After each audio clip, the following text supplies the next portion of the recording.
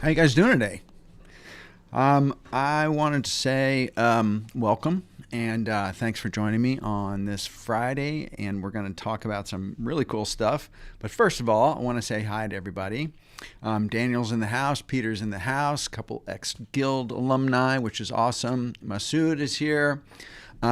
Anybody else who's here, and I know there were like 20 or 30 people waiting, or were at one point, drop in and say, hey, tell me where you're from. Tell me how long you've been in the industry. If you're a creative pro, if you're not a creative pro, I'd like to know kind of who's in the audience.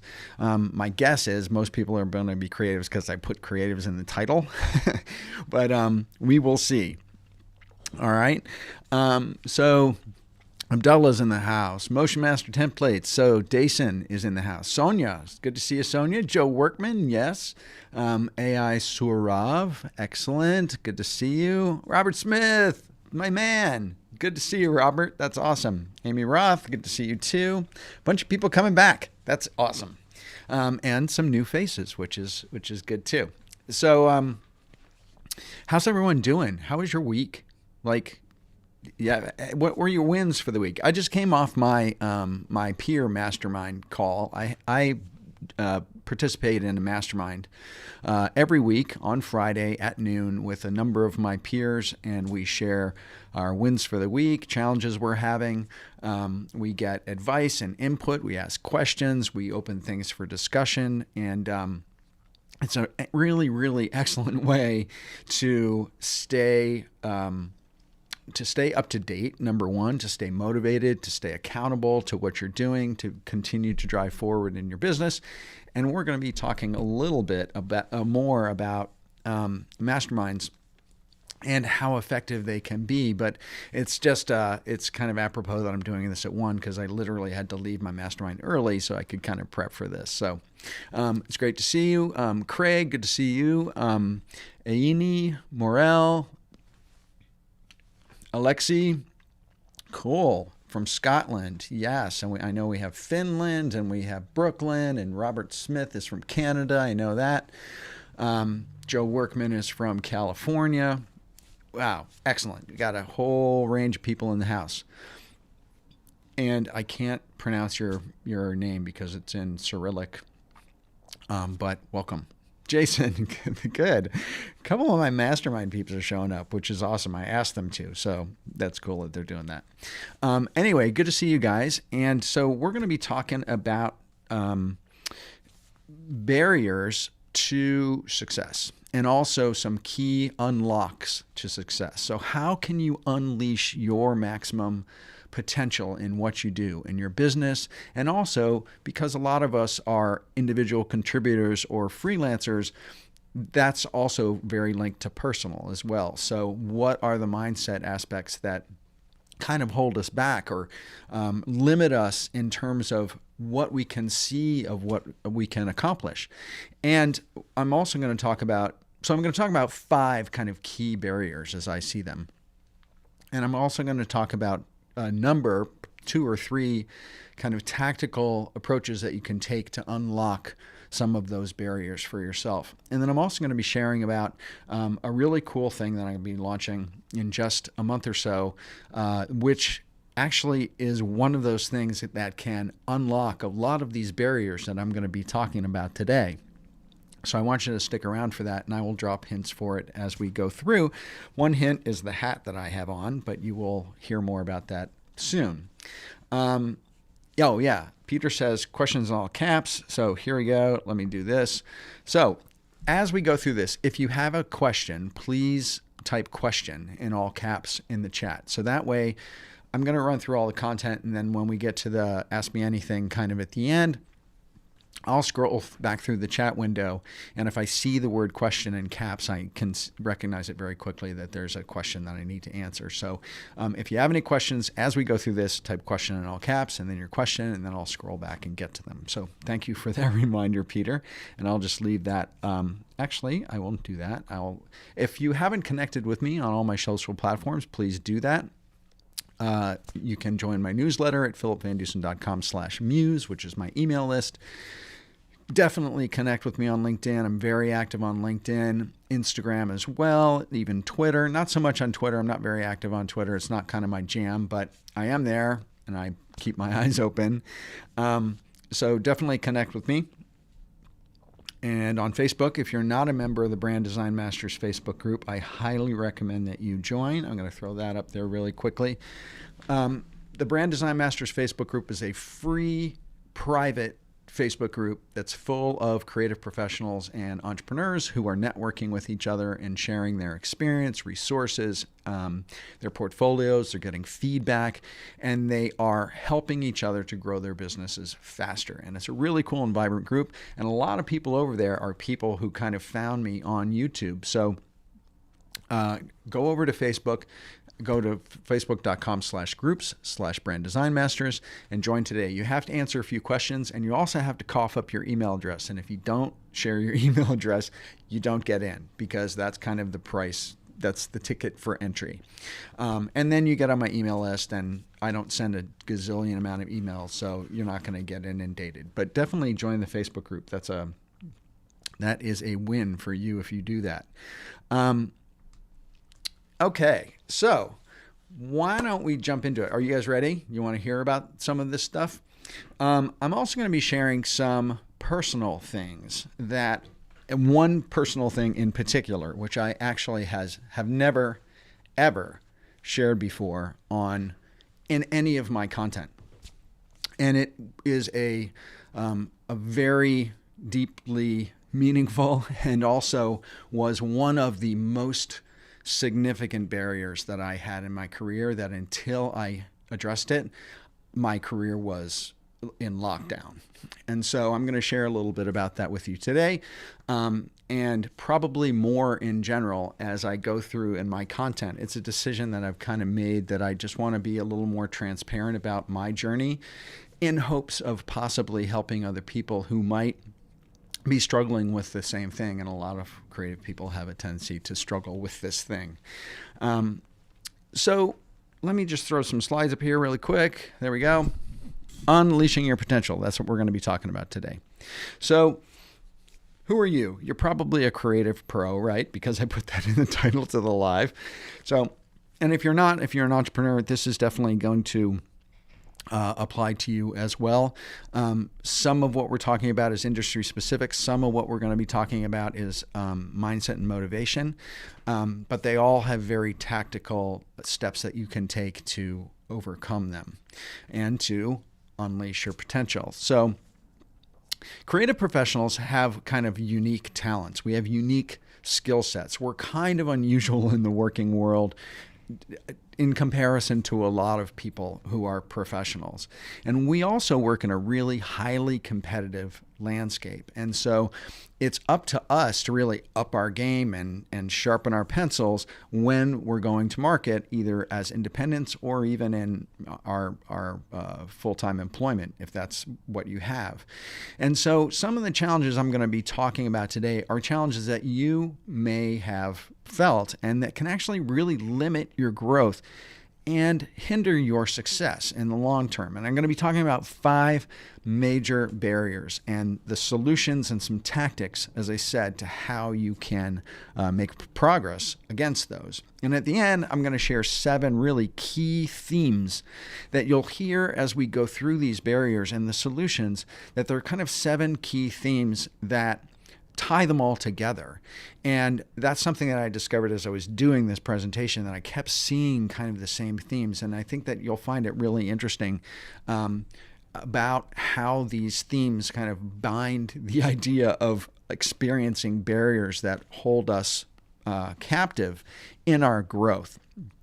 So, and then, as I said, at the end, I'm going to share a really cool special bonus, which is the number one easiest and best solution that, kind of the step that you can take to really move yourself forward very quickly in your career. Okay, so you guys ready? All right, are we rolling? Someone throw something up in the chat, because I know you're all listening, but I just wanted to make sure that we're still live and everything is still running smoothly. Okay, cool. AI jumped in a happy Friday. That's very cool. Okay, so what do barriers look like? barriers can look like something very kind of limiting, like having trouble attracting clients, right? So having difficulty actually getting clients, right? Barriers can manifest themselves as indecision or perfectionism that holds you back, or something that I do a lot, which is called procrastinating, which is you're essentially working but on non-high priority things. I think I'm overamping a little bit. I got to drive my volume down a little bit. But you're working maybe on organizational things, and you're working, but you're not working on the highest results, the highest priority things. So I have a tendency to call that procrastinating, and that's a barrier for a lot of people too.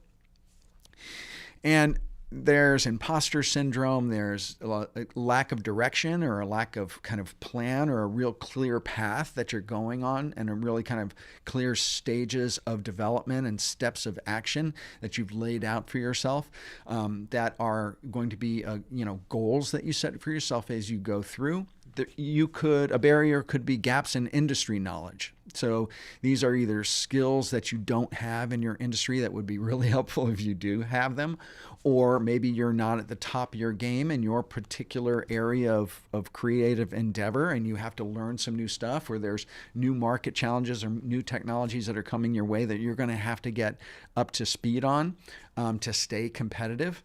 And some barriers could be having to do with your connections. Maybe you don't have a decent peer network. Maybe you're feeling very isolated, or you don't really have a deep, meaningful relationship with other colleagues in your industry, or people who are in the client set of the category of business that your business addresses, right? Another barrier could be negativity. It could be a defeatist kind of mental attitude. You could also be struggling with being unsure or being afraid of approaching or kind of embarking on anything that resembles personal branding. And so personal branding is also going to be one of those themes and one of those kind of aspects that ties a lot of this together, and in many ways is one of the unlocks that we'll be talking about. But so that's what some of these barriers could look like. And so let me talk about some of the barriers that I have had in my life. When you look at my LinkedIn profile looks pretty solid, right? I've had 25 plus year career. I've worked for some of the biggest client-side companies and the biggest global agencies, very senior level. Worked my way up from a designer to senior designer to creative director to ECD to VP of design. Big companies, big agencies, gigantor clients, right? You look at it from the outside and you say, wow, charmed life, right? He's had a really amazing career. Must have been painless, right? Couldn't be. I'm cracking myself up. It couldn't be farther from the truth, right? No one has a painless career. Everyone hits barriers. Everyone has challenges. And I just want to tell you a few of my challenges just really quickly. Number one, I'm not even trained as a graphic designer. I have a master's in painting. So I went to fine art school so I could teach painting. I was a painter.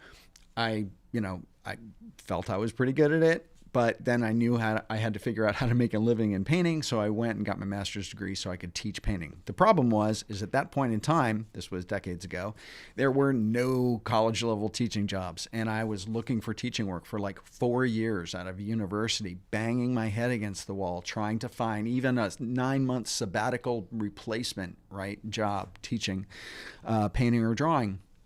And it became apparent after I did that for a number of years that I wasn't going to get a job in the industry, and I had to reevaluate what I was going to do with my life. And I actually made a pivot at that point, and the computer was just kind of being introduced, and I started learning Photoshop and Illustrator, and I started a t-shirt company. And I'm not going to get deep into this, but I started my own little t-shirt business. And then I eventually worked for another t-shirt company, a larger licensing company, and worked my way up to being a creative director there, and then I eventually landed at Old Navy, where I had an 11-year career, blah, blah, blah. So I made this pivot from fine art to working with computers and doing apparel. And that was a very, very painful transition, and felt like a betrayal to my deepest soul. But in actuality, it kind of unlocked my entire career when I did that. And so sometimes the most painful watershed moments that we kind of come to in our careers can unlock some of the most meaningful and profitable and beneficial changes in our careers. So now, here's the thing that I said I was going to share. And as I said, I have never, ever shared this on social media. I haven't shared it actually with a lot of my friends. But I wanted to mention it here because I think this is important. And it was one of the biggest barriers in my life. And so I'm an alcoholic. I'm a recovering alcoholic. I've been sober now for over 30 years. But when I was an alcoholic from the time I was 15 years old till I was 28. And I got sober when I was 28 years old, and I haven't looked back. But my life was essentially in lockdown, put on hold. I was struggling emotionally, physically, mentally, with addiction up until the time that I was 28 years old. And then there were a couple of years coming out of that where I was just like, whoa, getting my head around like being 28 and like waking up and saying, hey, I got to get my life together, right? And so I did it with a major, 12-step program. I'm not going to, get specific. But struggling with addiction in my younger life and then having to face that and having to find help and find community and change my life dramatically was one of the biggest unlocks. And it was one of the biggest barriers that kept me from progressing in my life. And I know that creatives as a class, as a type of person, have a tendency to romanticize, the abuse of chemicals of all sorts of shapes and forms as part of the lifestyle of being a creative. But it really couldn't be farther from the truth. Maybe you can manage it. Maybe that works for you. But there are a lot of creatives that I've known in my career who have struggled with that, and it has thrown up massive barriers in their lives. And until they've addressed it, they haven't been able to move forward. So that was one of the huge barriers in my life. And I'm just going to move away from that topic now. But I wanted to kind of put it out there for anybody who might resonate with that bit of my story. And then I didn't even start designing. Here's another one. I didn't even start doing graphic design until I was 32 years old. So that's when I actually got into computers and started working in the apparel industry. So I didn't even start being a graphic designer until I was 32. And it always blows my mind when, people come to me and they want advice and they say, I'm 24, I'm 23, and I haven't decided what I want to do, or I just got out of college for graphic design. Is it too late to be a graphic designer? Or I'm 26 and I was an accountant and now I'm teaching myself graphic design. Is it too late to be a graphic designer? And I'm like, are you kidding me? Like, no, it's never too late. I've coached people who are like coming out of careers at 38, 40, who are like pivoting to graphic design. It's not too late for them either. So don't throw up barriers in front of yourself, okay? When you don't have to, because if you put your mind to it, and if you surround yourself with the right community of peers and educational opportunities, you can do anything. Like, I wholeheartedly believe that. And so also, like, I've been laid off sometimes due to financial downturns. One, because the owner just didn't like me, and laid off 3 times in my career. I've had to move across the country to a different city 3 times in my career for a new job opportunity. I've been out of work for over a year's period of time, twice in my career. And the last pivot that I made, I suffered a major, major burnout coming out of my last very senior role as a VP of design in a major corporation. And that was about 8 years ago. And that burnout was not pretty, right? It had emotional pieces of it because my father was passing away. I was also, kind of literally burning myself out in this role. It was a very intense role, and I was taking it too intensely. I've had more career pivots than you can shake a stick at. And maybe you did too. I'd love it if you dropped in the chat, like, have you had a major career pivot like that? or been, had a major challenge where you've had to move across the country for a new job. So I've had a lot of barriers in my life too. And so I just want you to know, as I talk about these things, it's not like I'm like, a goody two shoes here and have my stuff all figured out, because I still run into barriers. And so let me back up just a second. And let me talk about my last pivot. My last pivot was coming out of a global vice president role of design, right? And I counted as I was writing kind of some of the notes for this live. I had 6 major barriers coming out of that. Number one, I was unemployed at 54 years old, so I had literally kind of walked away from my industry. I had aged out of my industry. I wasn't going to get another very senior level role unless I started my own agency. I had aged myself out of my industry in the sort of role that I was in. My second barrier was that I hadn't designed anything in 15 years. Like, I'd been managing large teams of designers from executive level creative leadership roles, and I hadn't been moving a mouse and doing any design in 15 years. Talk about rusty, right? Third barrier was that I'd never freelanced before. I'd never worked for myself. I'd never had an outside client. Like, I'd always worked for companies or agencies, right? So my clients were always within my job, right? Barrier number 4 was I knew nothing about digital entrepreneurship, like nothing. Like, I didn't know about lead magnets or email lists. I didn't know about social media marketing. I was working for the man for 25 years, and I had teams doing stuff, right? So I was super, super duper out of touch with like the working mechanisms of having a career as a creative professional, much less an independent creative professional. Number 5 barrier, I had no meaningful network, because I was now going to be was choosing to work with small to medium-sized businesses and entrepreneurs in my agency. And all of my network were working at giant corporations and giant companies, and they weren't my targets. So I had no true meaningful network that was going to help me get new clients. Barrier number 6, even though I'd had a very successful career up until that point, I had a serious level of imposter syndrome coming out of that, because I'd never had to make a brand for myself. I'd never had to show up as myself without some, heavy hitting business card or title behind my name. It was now just me. And I had to figure out, like, how am I going to feed my own self-worth without this identity of being the VP, ECD, blah, blah, blah, of what.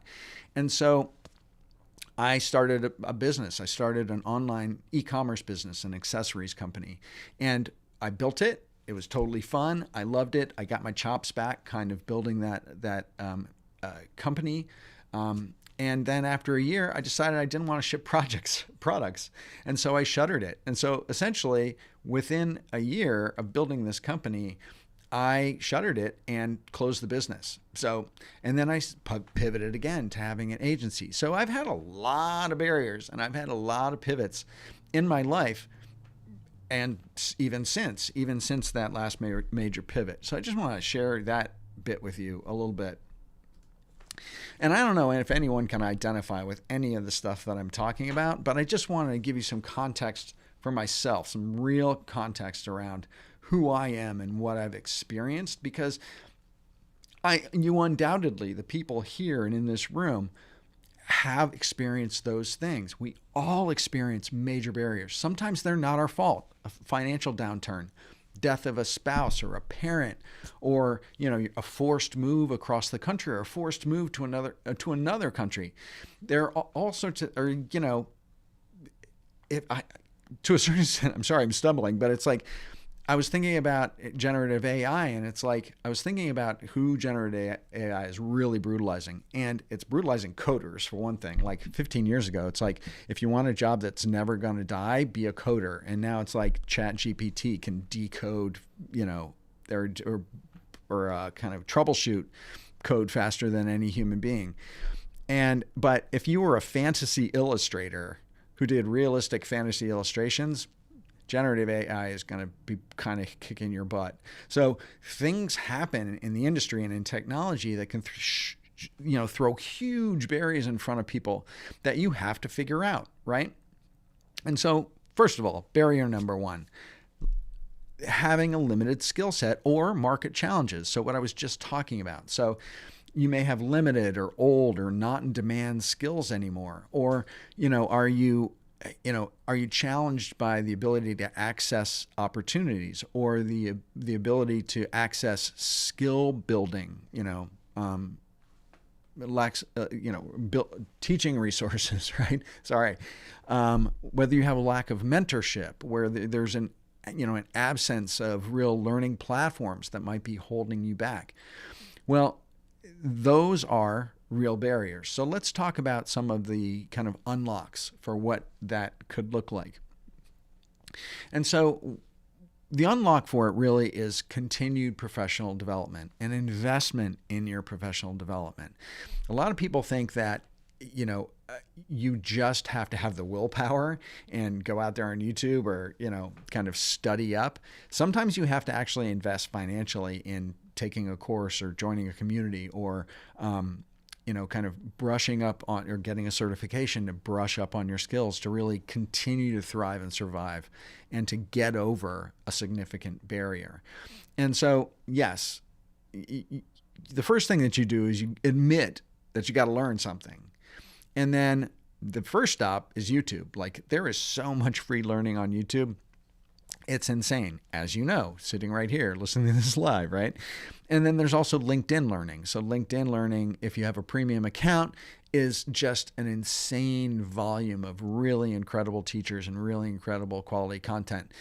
And so, and then, on the other hand, you could also invest in your success in something like Daniel Scott's Bring Your Own Laptop, which is, an Adobe training website. And I'm an affiliate for him, and he's a good friend of mine. And I mention him every chance I get because he's an incredible teacher, but he keeps people up to date on all of the changes and the newness in the technology industry. And I think I have actually a slide, so let me do that. So if you need training in any Adobe application, go to byol.me, and the /Philip is my affiliate link. So I would appreciate it deeply if you would use that link if you're going to join. It's like $12 a month. How he does it, I don't know, but it is an insane value for an incredibly small amount of money. So if you want to learn Adobe apps, go to byol.me/Philip, and that is one learning opportunity and platform for you. Okay, and so another, gotta back up. Sorry. Another unlock is thinking about your skill set as, you've heard me talk about it before, right? There are V-shaped skill sets and T-shaped skill sets. A T-shaped skill set is when you have very little knowledge in a range of things and very deep knowledge in one thing, T-shaped.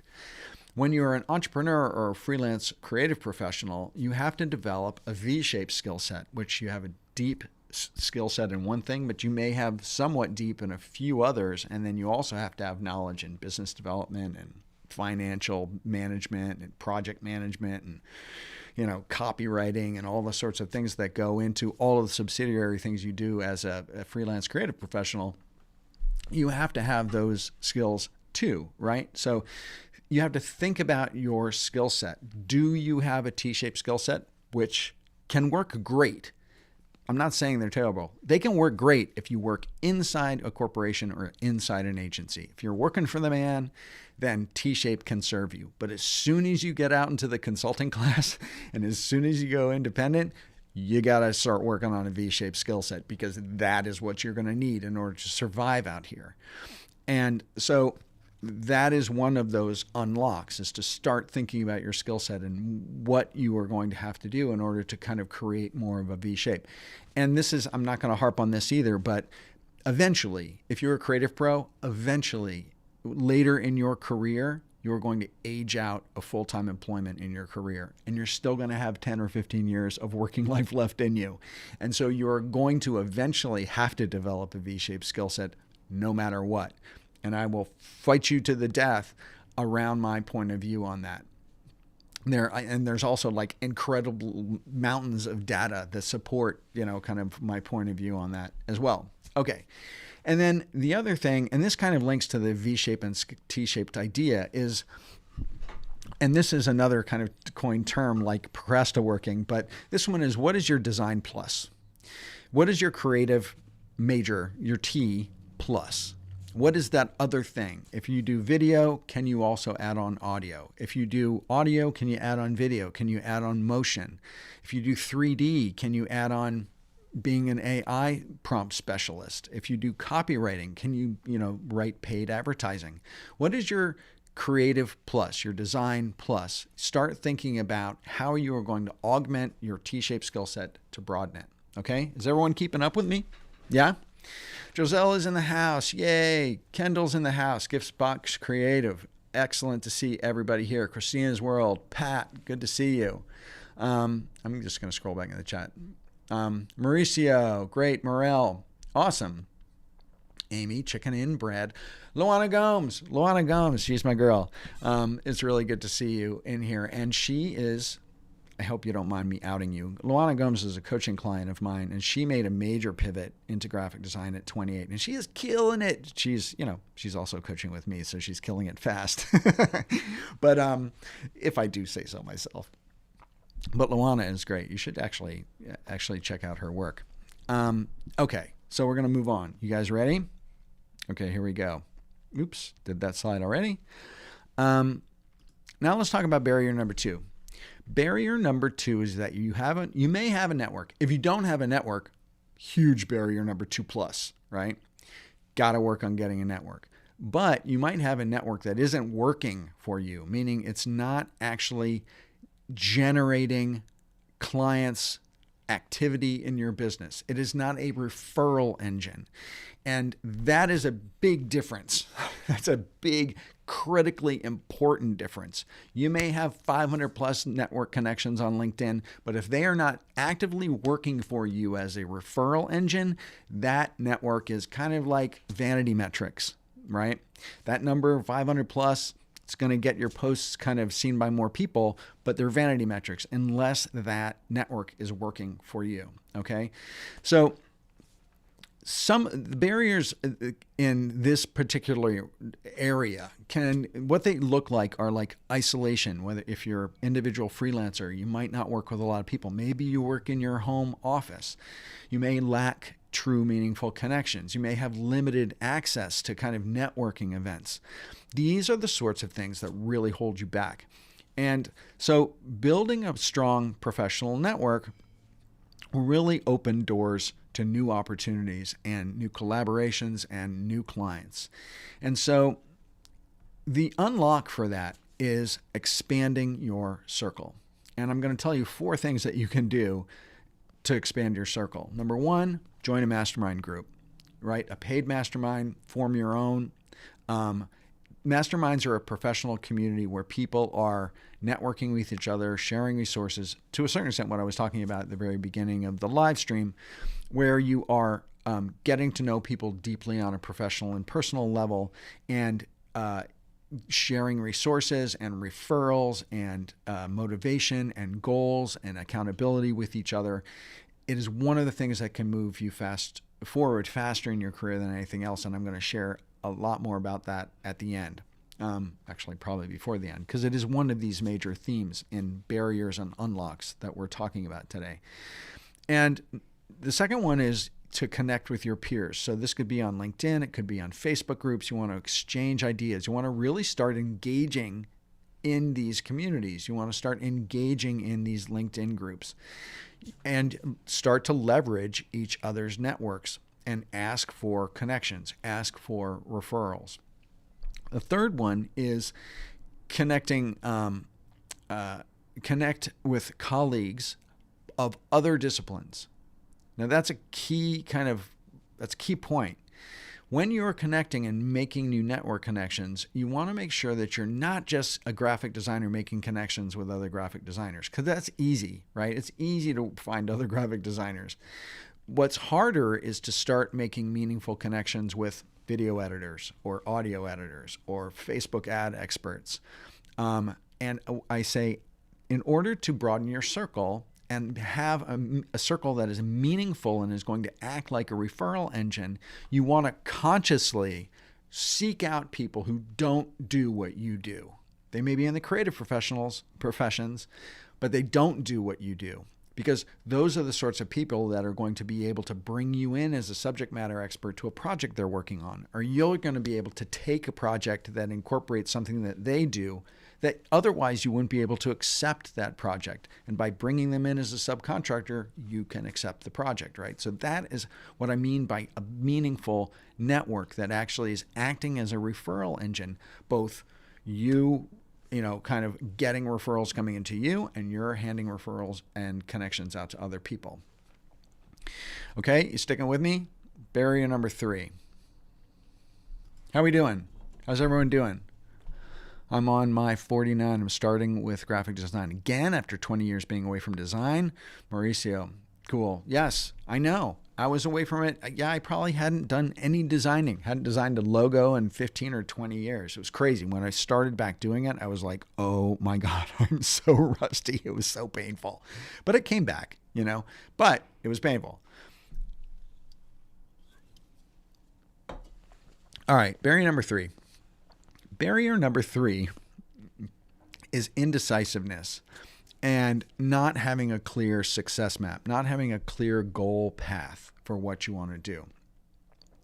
Decision making in having your own business is critical. You have to be really confident and be able to make decisions fast, because if you kind of get decision paralysis, then that can seriously negatively affect your progress and the speed of your progress in your business.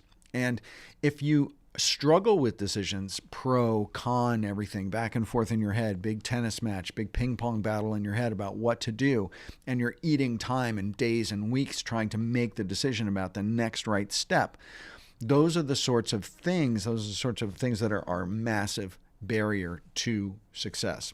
So decision making is a critical skill, but it's also something that you don't necessarily learn it as a skill and then you have it forever and you don't ever need any help with it. What you need in order to get that decision making confidence is you need a valued network that you can bounce things off of, and that you can see what other people are doing as they are being faced with those same sort of decisions. So you may have a gut feeling that there was something that the way you wanted to go, but you've been dragging your feet because you weren't sure about it. Having those sorts of meaningful networks can actually kind of change that dynamic. And also having a lack of guidance, so a lack of mentorship or a lack of coaching, can lead to that decision paralysis. But as soon as you get that, it can really move you forward faster and unlock. It's one of those major unlocks. So let's talk about the unlocks. So the unlock is decision-making confidence, right? As I said, 3 tactics. Number 1, build a network of trusted peers that can offer you insights and perspectives and give feedback on your ideas and your challenges and things you're struggling with, okay? Tactic number 2, engage a coach or a mentor. Find yourself a mentor like me, right? Or someone who is an accomplished person who you look up to and want to be them one day in your professional career, and get some guidance from them. Can be informal in terms of more of a mentorship thing, or it could be something formal that you actually invest in order to move forward with. Third, setting goals. No one achieves anything unless they set goals, and so having a clear path forward, 3-month, 6-month, 1-year goals, 5-year goals. This was just a kind of quick, funny aside. One of the questions that I always used to ask graphic designers when I was interviewing them was, where do you want to be in 5 years? And they were always thrown for a loop. Like, no one ever asked them, like, what's your 5-year plan? And I would do that. Number 1, I kind of wanted to see how they thought on their feet. But it was also really, really telling, because sometimes I would get answers like, I want to be living on a Caribbean island and own my own restaurant. And I'm like, Why are you interviewing for a graphic design job then? How is this going to move you towards that goal? Or, I want to be I want to live in Fiji and, live on a sailboat. And you're like, okay, does this role move you closer to that goal? And so setting goals is important in order to kind of put context around your everyday. And one of the things that I suggest people do is use the SMART goals kind of system. And this is setting SMART goals is something they do in corporations, and I've done it for decades, but you might have heard of it. And that's setting goals that are SMART's an acronym, right? Specific, measurable, achievable, realistic, and timely. And you can look up on Google about how to write SMART goals, but writing SMART goals for yourself forces you to really kind of get granular with like what you are setting out for yourself and how you are going to get there and how are you going to tell when you did get there. Okay. All right. Next. Barrier number 4. Barrier number 4 is limiting beliefs and self-devaluation. So not having the level of self-worth and belief that is going to give you the foundation to be able to feel strong enough to move forward.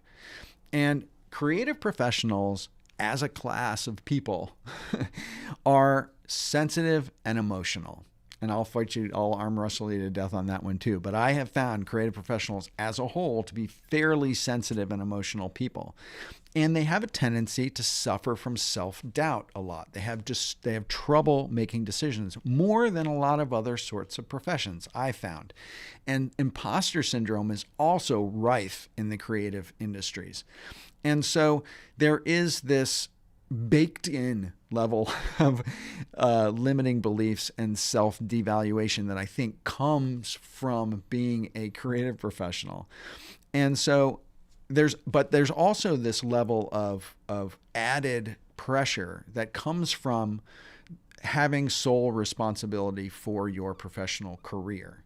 And if you're not working for an agency or a corporation in-house and no one's setting goals for you and you don't have a manager who's pushing you through a series of levels and you have to set, and you're on your own freelancing or trying to build an agency, if you are that sort of creative pro, then you have a heavy weight on your shoulders in terms of the pressure that you have in the sole responsibility for your own growth. And so to a certain extent, if that's your situation, you really, really have to embrace this and try like some of these 3 unlocks that I'm going to talk to you about. Number 1, what to do, right? Again, and this is one of those themes you'll see as I'm talking about this stuff, these themes start to form, right? Find supportive peers because you can share your struggles. You can get positivity. You can get motivation from people. You can practice what I like to call mindset mirroring. So another term, write this one down, mindset mirroring. And that is where you've heard this before, right? You're the conglomeration of the 5 people that you spend the most time with, right? So you have to surround yourself with motivated, positive, driven, smart people who are you can lean on in your growth and who can lean on you. And so you start by associating yourself closely with people and interacting with them on a meaningful level. You start to mirror their mindset. And they start to mirror yours. And it's an infectious kind of viral sort of thing that happens when people get together in this sort of meaningful way and working and interacting with their peers, is that mindset starts to self-generate and self-perpetuate, okay? Number 2, feed your brain good food, all right? Number 1, feed your body good food, right? Eat clean as you can, right? And there's a book, which is one of my favorite books of all time, and I will reference it in a couple slides, but it's by a guy named Eckhart Tolle, and it's called The Power of Now. and I'll have a slide so you can see it. But The Power of Now is one of those books. And here's another one. There's another book that's really, really great if you're struggling with barriers or if you're struggling with mindset and thinking. And this book, I want to see if I have it right here. Wait. I have Eckhart Tolle's book here right now. So this is it. Power of Now, Eckhart Tolle. It's 3 million copies, and it's been translated into like 50 languages. You'll see why when you start reading it. There's another book by a guy named Richard Carlson, and it's got this stupid California kind of like woo-woo, self-helpy kind of title, which I hate. And I wish he'd titled it something else, because when I recommend it to people, it sounds so dorky. There's a guy named Richard Carlson. He wrote Don't Sweat the Small Stuff, and it's all small stuff. Very, very famous book. And you might have heard of it. Anyway, this is the guy. And so he wrote a book called You Can Feel Happy Again. And, or You Can Feel Good Again. I'm sorry, I'm totally spacing like the total time. I think it's You Can Feel Good Again. And it has to do with mindset. It sounds totally woo-woo, but it is an incredible book. Joselle Tech, who's my marketing assistant and has her own agency, The Rolling Media, is in the chat here right now. And I recommended that book to her. And within 2 weeks, she called me up and she goes, OMG, this thing is like blowing my mind. So if you've been struggling with mindset stuff, read Richard Carlson's You Can Feel Good Again. Awesome, awesome book. And then number 3, so feed your brain good food. And number 3 is get a mentor or a coach. Again, having an outside perspective, someone with experience, someone who can see where you are and what you're struggling with from a more remote and more kind of independent view, can add and give you perspectives that you're not going to be able to generate on your own. So I was behind a slide. So the unlock for number 4 is actively nurturing that mindset.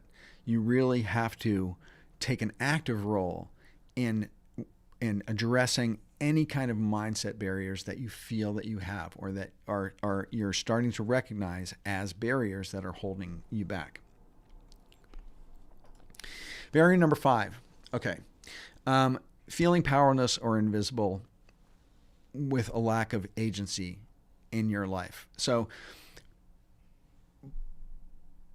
a lot of people who work for themselves and don't have networks, they feel somewhat invisible, that they aren't getting clients coming their way. They are struggling with, how do I become seen? How do I become known? And personal branding, which is one of the drums that I beat every single day in my professional life, is one of those things that helped me circumvent and unlock all 6 of those barriers that I talked about in my own pivot at the beginning of the live stream.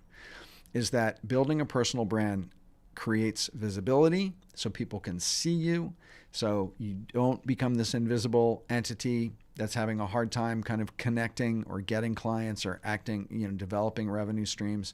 It creates visibility. It creates credibility. So you start to establish yourself as an authority or someone who knows what they're talking about in your industry. And it also attracts colleagues and peers. So another theme, right? So I've been talking a lot about meaningful networks and colleagues and peers in this live stream. And so building a personal brand not only attracts client level people, but it also attracts colleagues and peers to you.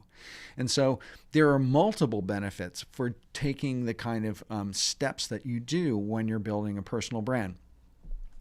And but when you start off, those barriers are fear and a fear of commitment. So it's like a relationship, right? It's fear of putting yourself out there, of becoming visible, of going, stepping out and putting yourself out there. And then there's also the commitment fear of having to continually show up and be consistent about what you're doing in your personal branding. And so there's another huge challenge or barrier that people have, which is like, what do I write? What do I post? I don't know what to do. And that is, to a certain extent, developing and growing a creativity muscle. You may have, as a creative pro, a creativity muscle in doing design or logo design or whatever that is.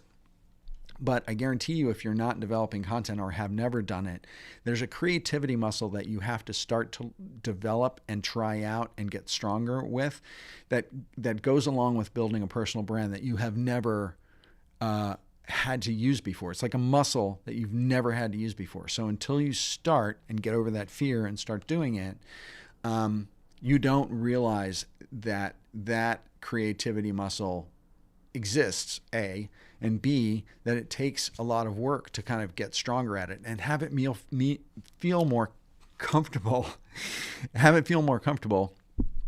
and have it not be so scary, and you won't be so fearful of that commitment from what it takes, right?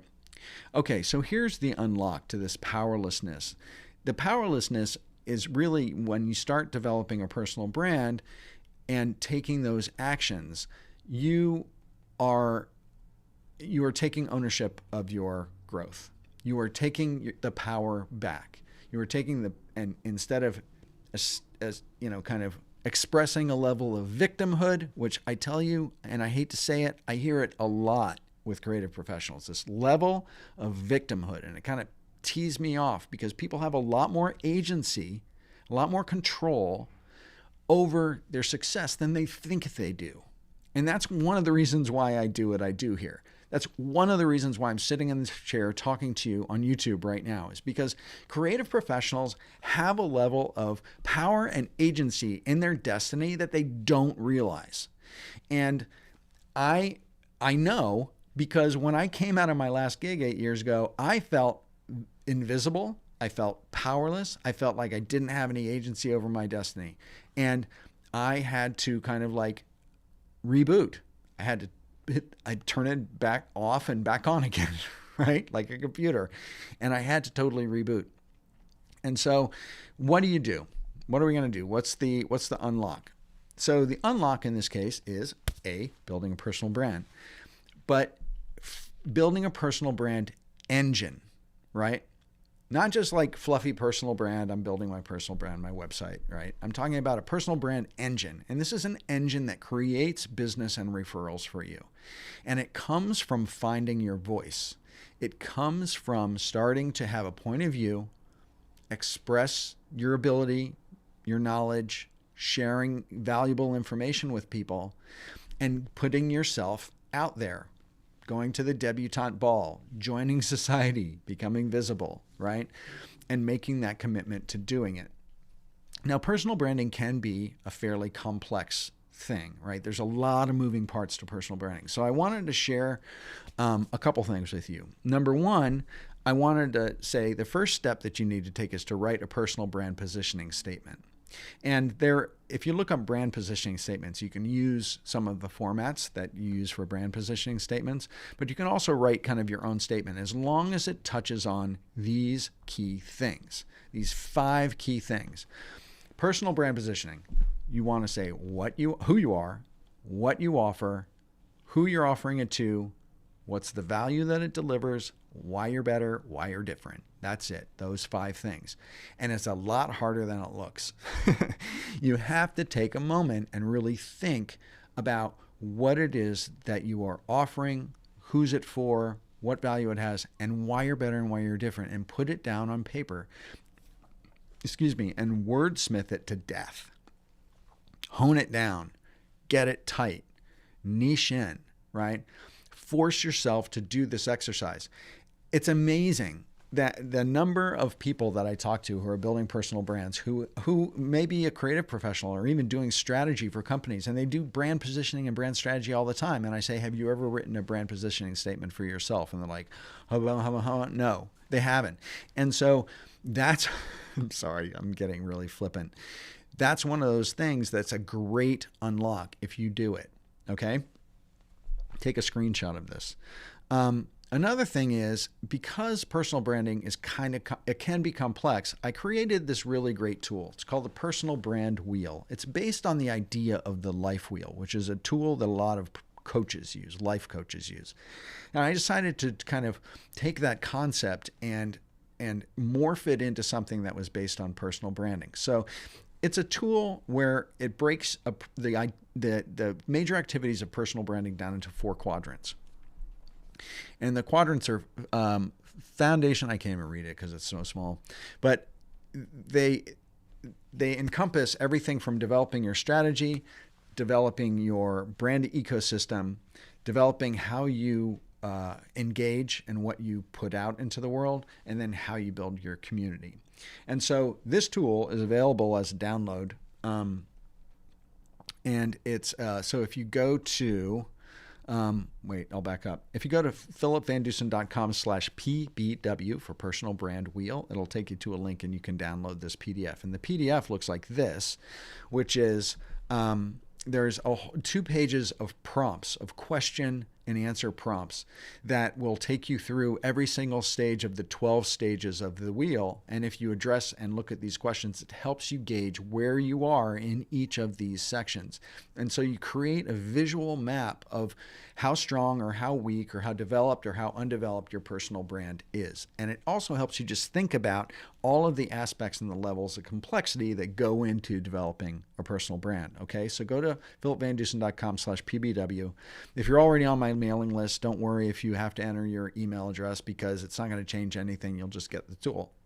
And so it has these prompts, leads you right through it, helps you use the tool. There's an example of what the tool looks like filled out. And it's a really, really cool tool to use. And that's where you go. And so the next thing that you want to do is you want to start developing a content ideas list. And this has to do with that creativity muscle that I was talking about before, which is that when you start developing content, when you start, after you do your personal brand positioning, and you start thinking about what kind of content you can start developing, whether that's social media posts, whether it's photography, whether it's social media graphics, whether it's quotes, whether it's, blog articles or slideshows, whatever it is, you want to start developing that content idea generating muscle. So you start a content ideas list, and every idea that you have for some content, you write down on that list. The way I do it is I have a Google Sheet open on my desktop all the time, and it's my content ideas list. And whenever I come across an article or spark an idea or I see some video, I'm like, oh, I could do that. I could do something on that subject, but in my own voice. I'll write it on the content ideas list. And once you start doing it, you start developing that muscle. You start developing an awareness of like having to take in and capture ideas for your own content. And so that's one of those things that can unlock this level of powerlessness and this lack of agency in your own personal development. And then the final one, the fourth tactic on this, and this is the big kahuna. This is the really big kahuna, you guys, which is you got to start.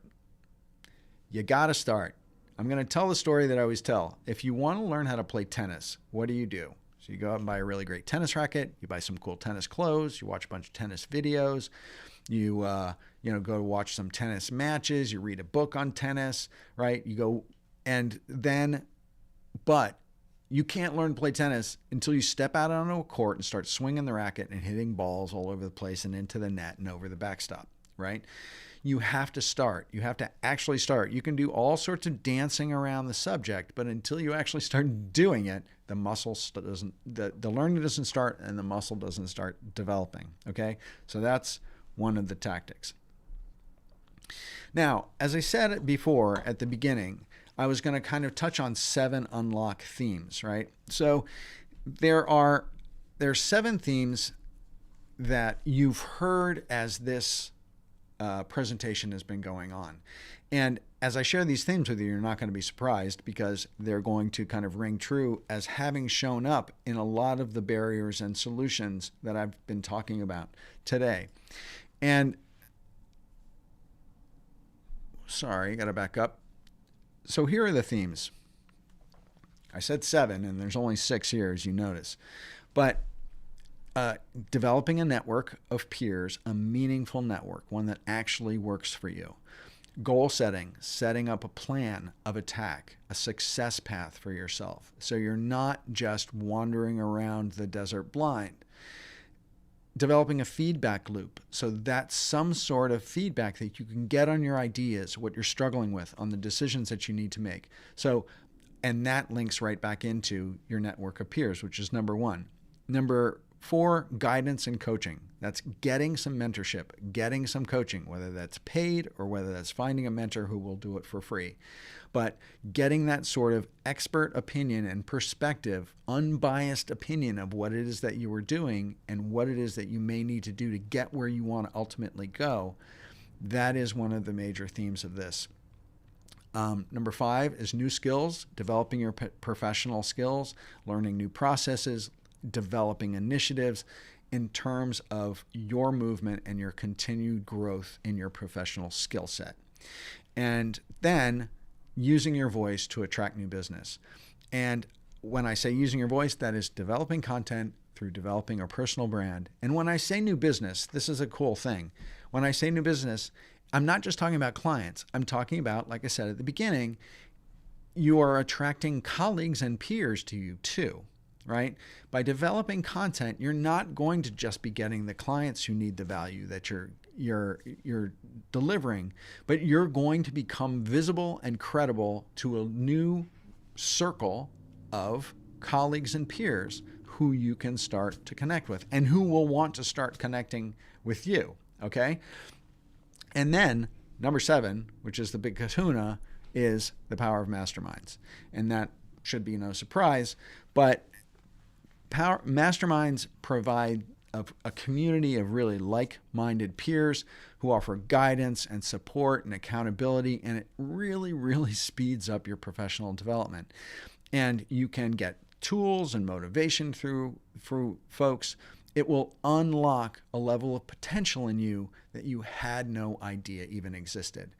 And the most important thing is that it develops a level of confidence in your own decision-making about your own development by associating yourself in a mastermind sort of setting with people. And it's the perfect sort of setting to develop and to do that kind of what I say is called mindset mirroring, where you are starting to develop a mindset that is mirroring the mindset of the whole, of the hive, right? And so you can see what's highlighted in yellow on this slide. The people are success. And I did that on purpose. The people you surround yourself with are more critical to your success than anything else. And I honestly believe that the people you surround yourself with, peers and colleagues, are more likely to influence your success in a positive way than your creative abilities. I know that's a ballsy thing to say, but I believe it. More than your design ability, your video ability, your audio editing ability, your technical, creative, professional ability. I think that your peers and your colleagues and how you utilize and interact and grow your circle is more advantageous to your success or affects your success in a greater way than even your creative abilities. And you can fight me on that if you want. You can write some mean comments, flame comments in the chat about it if you want. But that's what I believe. And so there's in this book, The Power of Now, and I'm not getting paid for this, right? This is just because I believe in it.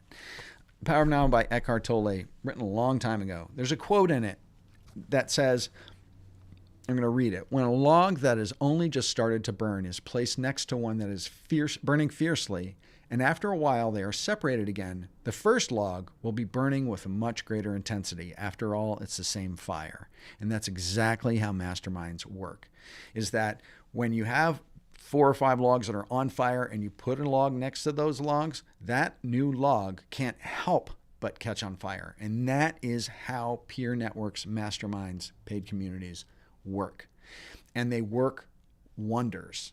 And I'm so passionate about it that actually a couple of years ago, I started a mastermind group called the Brand Design Masters Guild. And there's some people who are in the chat here right now who were part of it because they believe in how it works, and it worked so well for them that they still gather around the fire here.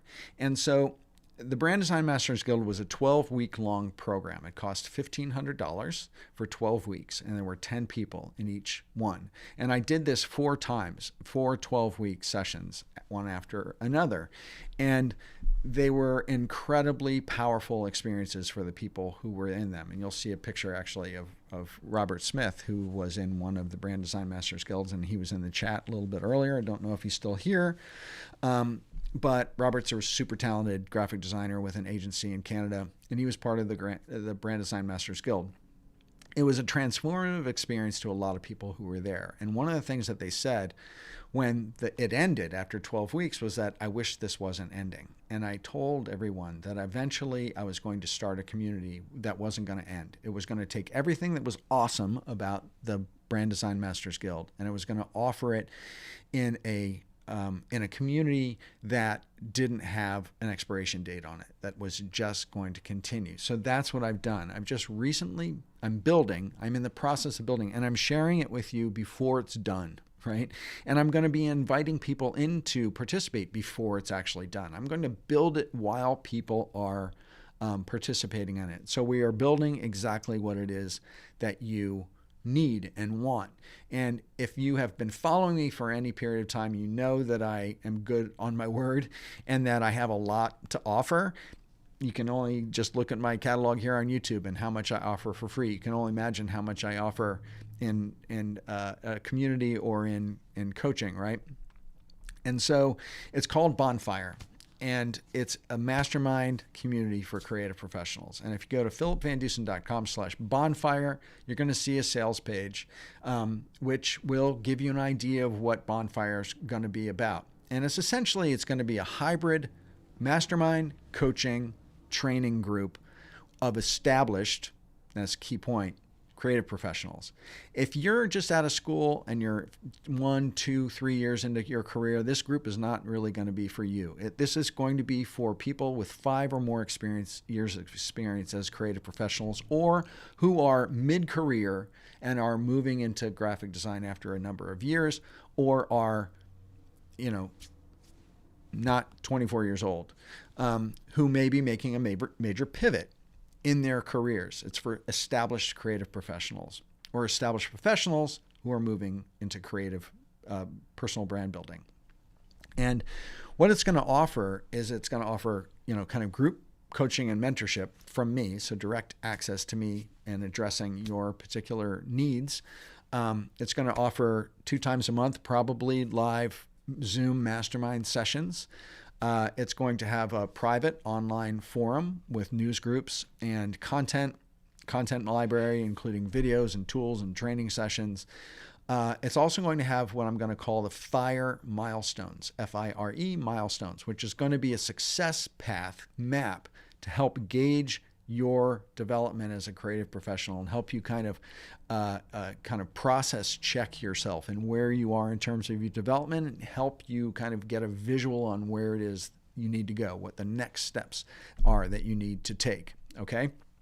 And then we're also going to have hot seat sessions where the whole group will center its attention on you and a particular problem or something that you need feedback on, and you're going to get a waterfall of ideas on how you can approach that concept. And it was super, super successful, the hot seat idea in the Brand Design Masters Guild, and I'm going to do the same thing in Bonfire. And so that's what Bonfire is looking like. And so let me just show you really quickly what this sales page looks like. So this is it. And it says community, mastermind community for creative pros. And then it's got just a little bit of description around what Bonfire is. And there's a number of buttons on the page, and they're all just to join the wait list. It hasn't opened yet, so it's to save your seat. No obligation to purchase. If you click the button and add your information, it's just literally to kind of put your hand up and say, I'm interested. And then there's some information about the values. There's descriptions of what the kind of key parts of Bonfire are going to be, a little bit more information on the FIRE milestones that I just mentioned.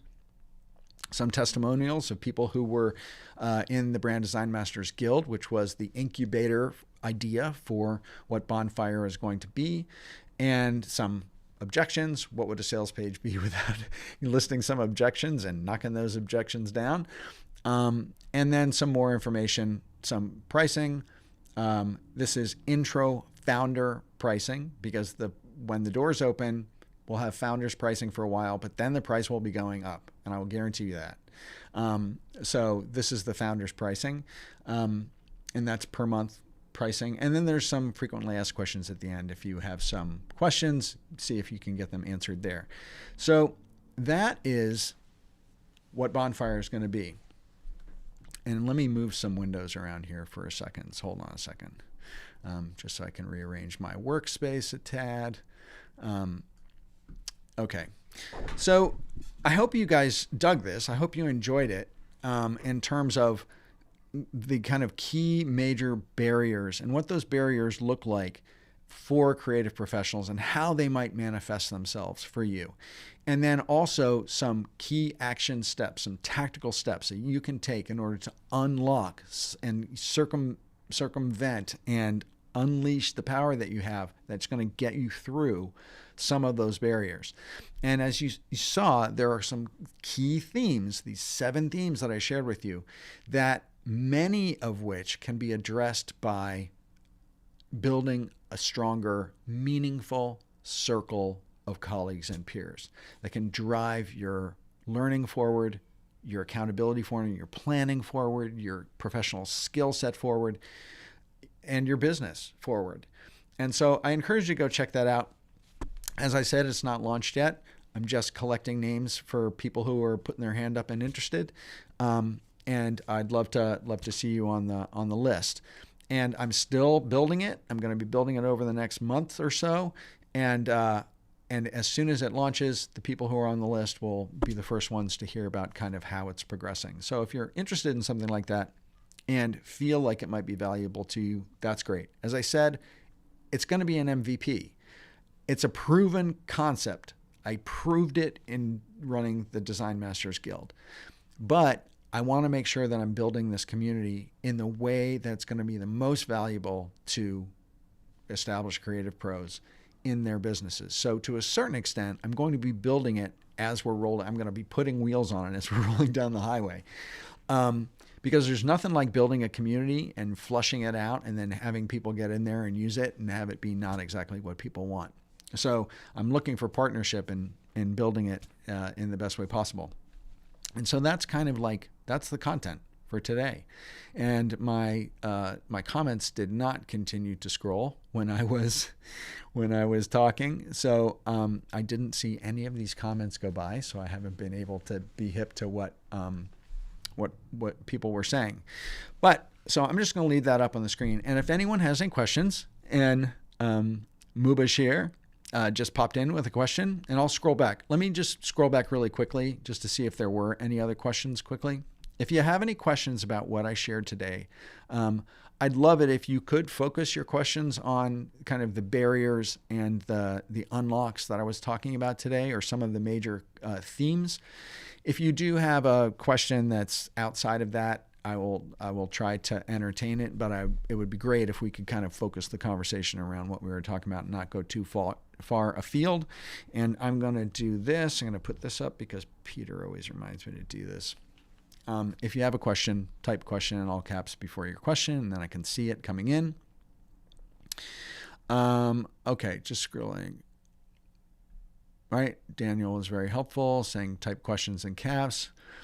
I'm not seeing any questions earlier on as we went through the presentation. So I'm going to scroll to the end and see the question that was just asked. Mubashir asks, how can I find clients through LinkedIn? I just did a huge live on that. And it's if you go to my channel and go to the live stream section, it's the live stream right before this one. It's on LinkedIn. So I suggest that you go watch that. And also, I just posted a video on how to get clients on LinkedIn on Tuesday. So it's the most recent video on my channel was about how to get clients on LinkedIn. So check out those two, the live stream and that. And then come back and ask questions if you have any. But it's going to give you a lot of things that you need to do. You've asked the questions a number of times. So Mubashir, please go do that thing. Watch the two LinkedIn video, the LinkedIn video and the LinkedIn Live. Abdullah asks, are there any alternatives for the mentor and guidance thing if I can't reach it? Yes, Abdullah, if you, I have a video on how to find a mentor. And if you go to my channel, or if you are subscribed to my channel, if you search how to find a mentor, my video is more apt to show up on it. And if you want to, ping me through my website or something like that, I can send you the direct link to it. Or if Joselle's still in the chat and she can find it, she can find the link to that how to find a mentor video. Just throw it in the chat, Joselle.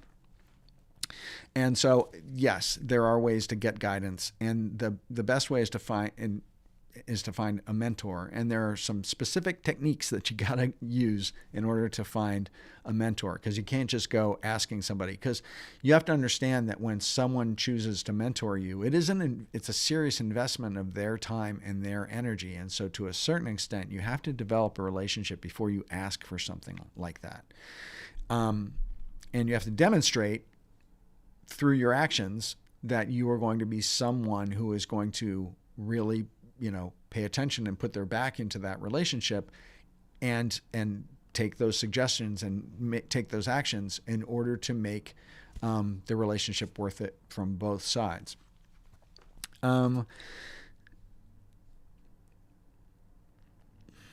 Mubashir, yes. So you're stuck finding clients after doing graphic design for 3 years. So two of the things that I mentioned here, one, all the LinkedIn videos that I shared with you, because that answers your other question. But the other one is building a meaningful network. So the first thing you should do, if you're not yet in it, you should go to the Brand Design Masters Facebook group that I mentioned at the very beginning of this video. And it's also going to be in the description of this live, and join that if you haven't. So that is a community of almost 6,000 other creative professionals who you should network and get to know and develop relationships with, because you can build a meaningful network where you can start to build partnerships, and that can be fruitful in terms of getting projects through other creatives. So that is one methodology, and the other is a couple are through LinkedIn, which I shared. Okay.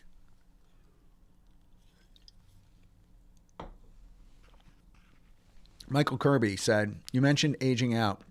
How have you dealt with that and becoming part of the team and not the lead with that and becoming part of the team and not the leader? I'm not really sure. That question isn't really clear to me, Michael. I did a whole live stream, and the video was all screwed up on this live stream, but the audio is great, on ageism in the graphic design industry. And if you haven't watched that, I highly recommend that you do, because I shared some very important data in there about the creative professions and how ageism affects it, and how as creative professionals we have to be prepared for what is in the future for us. And so it will affect everybody who is a creative professional in one way or another eventually. And usually it's a surprise to people. People have it in the back of their head and they never do anything about it. And then suddenly they wake up and they're 45 years old and they, get laid off because of, an agency contraction or something like that. And they're like, no one's taking their calls. They're not getting any interviews. They haven't built a personal brand. They've built no presence online. They haven't developed any case studies. They have a portfolio on Behance, and they haven't prepared themselves for the eventuality of having to make their own way. And so that is why I'm doing what I'm doing here today, is because you have to start building those muscles of personal brand building in order to build the resiliency for what this profession will leave at your doorstep at some point. Thank you so much for the super chat, Daniel. That's awesome. You're awesome. I highly thank you very much. How to add or deduct in a personal brand wheel. Add or deduct. So in the personal brand wheel, it's not, you basically have to print it out. I mean, you can take it and you can turn it in, you can take a page of the PDF and drop it in Illustrator and then draw the line or create the assessment. But it's essentially a curvilinear line that goes around the circle, and it explains how to do it in the PDF. So the instructions are there, but it's not like it's an app, right? So you can either create a line in Illustrator, or you can print it out and draw it by hand. They make Sharpies, they make paper. It's still, not everything has to be digital. But the point of it is that it's going to give you the information that you need and the visual context that you need to be able to set up a plan for yourself and help you focus your attention on the areas of your personal brand that you may not be paying attention to or developing or doing a good job with yet. Okay, so that's what's really great about that tool.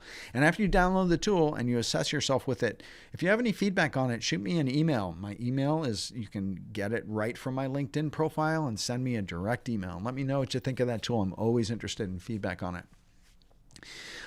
Base Nation says, how to make and optimize the flow between the client, designer, myself, owner. Between the client, designer, self, owner. The designers being overseas and all, we do not WhatsApp chats and forms for websites and logos, but revisions are rough. Based Nation, I'm having a really hard time following that question. But it sounds like you're talking about workflow between, there's three, the client, the designer, and yourself. So you're utilizing outside designers for client work. And so, there are any number of project management SaaS products like Mondays.com or Airtable, which make, or Basecamp, which make project management, or a great one is High Level. And I did a video on High Level on my channel. So there are some really great SaaS products for project management that you can give your clients access to, your designers access to, and you access to. And it can make the communication, the processing of files, of feedback, of revisions, very seamless and very easy because everyone's working on the same process, and there's kind of process workflows involved in those. So I would say look into some SaaS products to make that better for yourself. Sean, thank you so much for the super chat. You rock too. So Sean and Daniel, if you have questions, you get prioritized because that's what super chat buys you, right? So, or it buys me a latte, which is great. Not a latte. I hate lattes. Buys me a coffee at Starbucks. So that would be awesome too. Sonia asks, and Sonia, you are a super fan. I love you. And thank you, Sonia, for signing up for the interested hands up list on Bonfire. Saw your name there. Question, do you have a good source for creating, writing case studies? Falls under number one. I think you're asking like, do I have a source for who could write a case study for you? You can write the case study. You can. I know you can.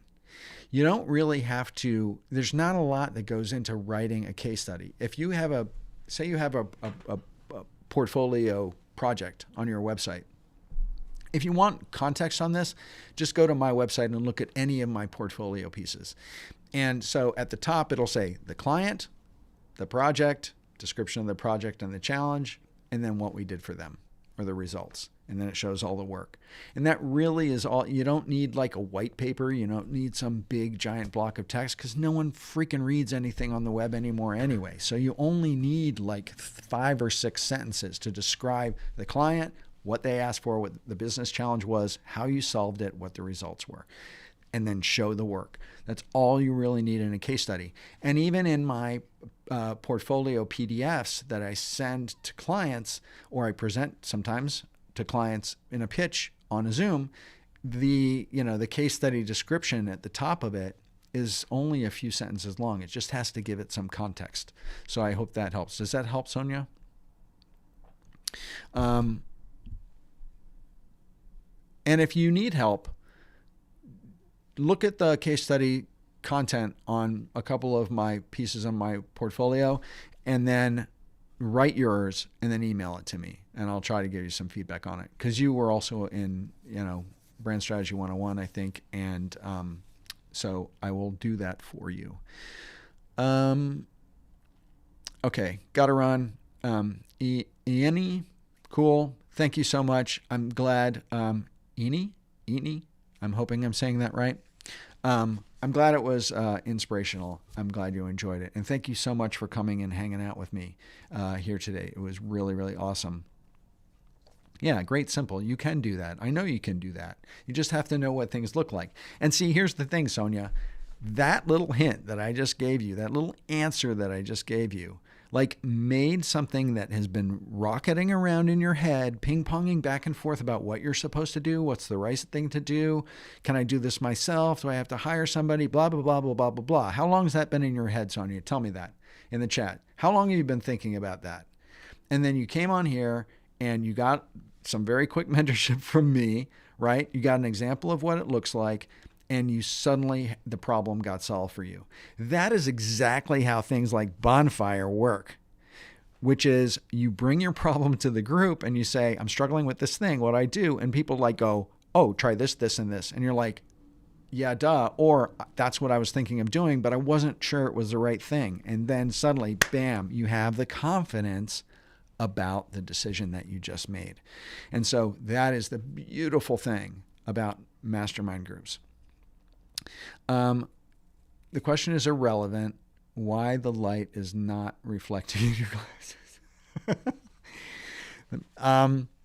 Why is the light not reflecting in your glasses? What do you mean? I mean, there is glass in my glasses, right? Sorry, I'm not doing it right. You can see there's light over there reflecting. But one of the reasons is the light that I have is up over there, and I have a natural window in front of me. So that's one of the reasons why people with glasses can't use ring lights, because then you have these like ring lights in your glasses. But I would gladly not wear glasses, but now I really need glasses. So yes, they have glass in them. That was a great question. I really actually appreciate that.